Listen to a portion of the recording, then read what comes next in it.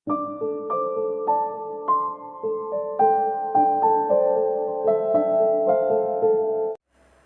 Guys, good morning. ஒரு சின்ன கதை கேட்கலாமா?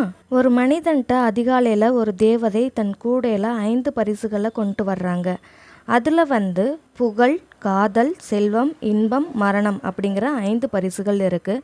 அந்த மனிதன்ட்ட உனக்கு இந்த பரிசில் ஏதாவது ஒன்றை மட்டும் எடுத்துக்கோ, இது விலை மதிப்பு மிக்கது அப்படின்னு சொல்கிறாங்க. அதற்கு அந்த மனிதன் என்ன செஞ்சிடறான், யோசிக்காமல் இன்பம் அப்படிங்கிற பரிசை எடுத்துக்கிறான். அப்படி எடுத்துட்டு வெளியுலகத்துக்கு போகிறான். அங்கே எல்லா இன்பமும் அவனுக்கு கிடைக்குது. அவன் என்னென்ன இன்பம் எதிர்பார்க்குறானோ அது எல்லாமே இந்த உலகத்தில் அவனுக்கு கிடைக்குது. அதுவும் சில காலம் போன பிறகு அது எதுவுமே பயனில்லாததாகவும் ஒன்றுமே இல்லாததாகவும் அவனுக்கு மாறுது. மறுபடியும் இதெல்லாம் பொய் தானோ அப்படின்னு சொல்லிட்டு ரொம்ப சோகமாக உட்காந்துருக்கா. அப்போ மறுபடியும் அந்த தேவதை 4 பரிசுகளோட வர்றாங்க. அடுத்தது ஏதாவது ஒரு பரிசை எடுத்துக்கோ, இது விலை மதிப்பு மிக்கது அப்படின்னு சொல்கிறாங்க. இவன் டக்குன்னு யோசிக்காமல் அடுத்து எனக்கு காதல், அதாவது அன்பு வேணும் அப்படின்னு சொல்லிட்டு அந்த பரிசை எடுக்கிறான். அப்படி எடுக்கும்போது அந்த தேவதை கண்களில் கண்ணீர் வருது. அதை கொஞ்சம் கூட கவனிக்கலை.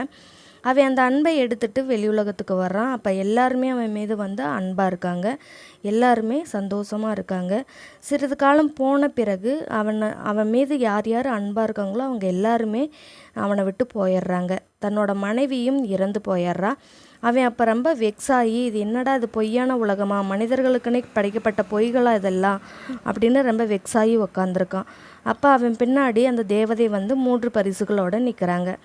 நீ விலை மதிப்பு மிக்கது ஒன்றே ஒன்று தான் என்கிட்ட இருக்குது, இதை மட்டும் நீ எடுத்துக்கோ, நீ புத்திசாலித்தனமாக யோசித்து இந்த முடிவெடு, இதில் ஒன்றே ஒன்று தான் விலை மதிப்பு மிக்கது அப்படின்னு சொல்கிறாங்க. அதுக்கு அவன் இப்போ நான் தெளிவாக முடிவெடுப்பேன், இப்போ பாருங்க அப்படின்னு சொல்லிட்டு புகழ் அப்படிங்கிற பரிசை எடுக்கிறான். அந்த புகழ் அப்படிங்கிற பரிசை எடுத்துகிட்டு வெளியுலகத்துக்கு வர்றான். அவன் நல்ல புகழ் பெற்று ரொம்ப சிறந்து விளங்குறான். எல்லா துறைகளிலையுமே நல்ல புகழ் கிடைக்குது அவனுக்கு.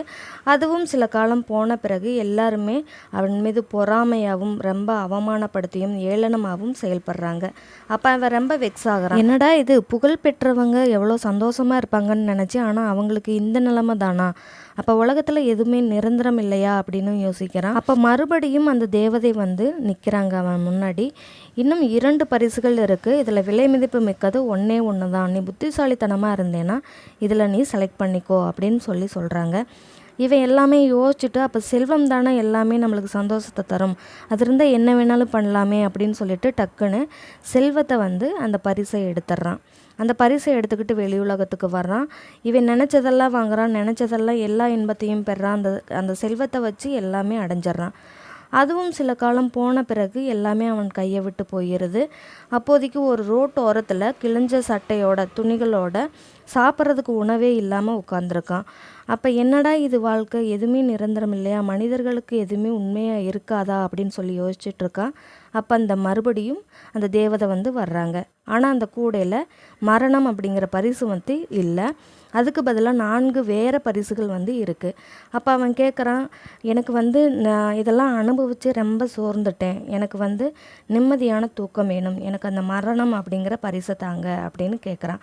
அதுக்கு அந்த தேவதை சொல்கிறாங்க, நான் ஒரு சிறிய குழந்தைக்கு அந்த பரிசை கொடுத்துட்டேன், ஒரு தாயினுடைய செல்ல மகளுக்கு அந்த பரிசை நான் கொடுத்துட்டேன், அந்த குழந்தை என்ன நம்பி நீங்கள் செலக்ட் பண்ணி தாங்க அப்படின்னு சொன்னனால நான் அந்த பரிசை கொடுத்துட்டேன், நீ என்கிட்ட கேட்கவே இல்லையே, எது நான் எடுத்துக்கிட்டனோ நீ என்கிட்ட எதுவுமே நீ கேட்கலையே அப்படின்னு சொல்கிறாங்க. அப்போ எனக்குன்னு எந்த பரிசுமே இல்லையா அப்படின்னு கேட்குறான். அதற்கு அந்த தேவதை சொல்கிறாங்க, உனக்கு தகுதியே இல்லாத அவமதிப்பு மிக்க முதுமை காலம் மட்டுமே இருக்குது, அதை நீ அனுபவிச்சே ஆகணும் அப்படின்னு சொல்லிட்டு மறைஞ்சிடுறாங்க. மனிதர்களாகிய நாம் எல்லாத்தையுமே கடந்து தான் வரணும், எனக்கு இன்பம் மட்டும்தான் கிடைக்கணும், எனக்கு எல்லாமே நல்லதாக தான் நடக்கணும் அப்படின்னால இதில் சாத்தியமே இல்லை.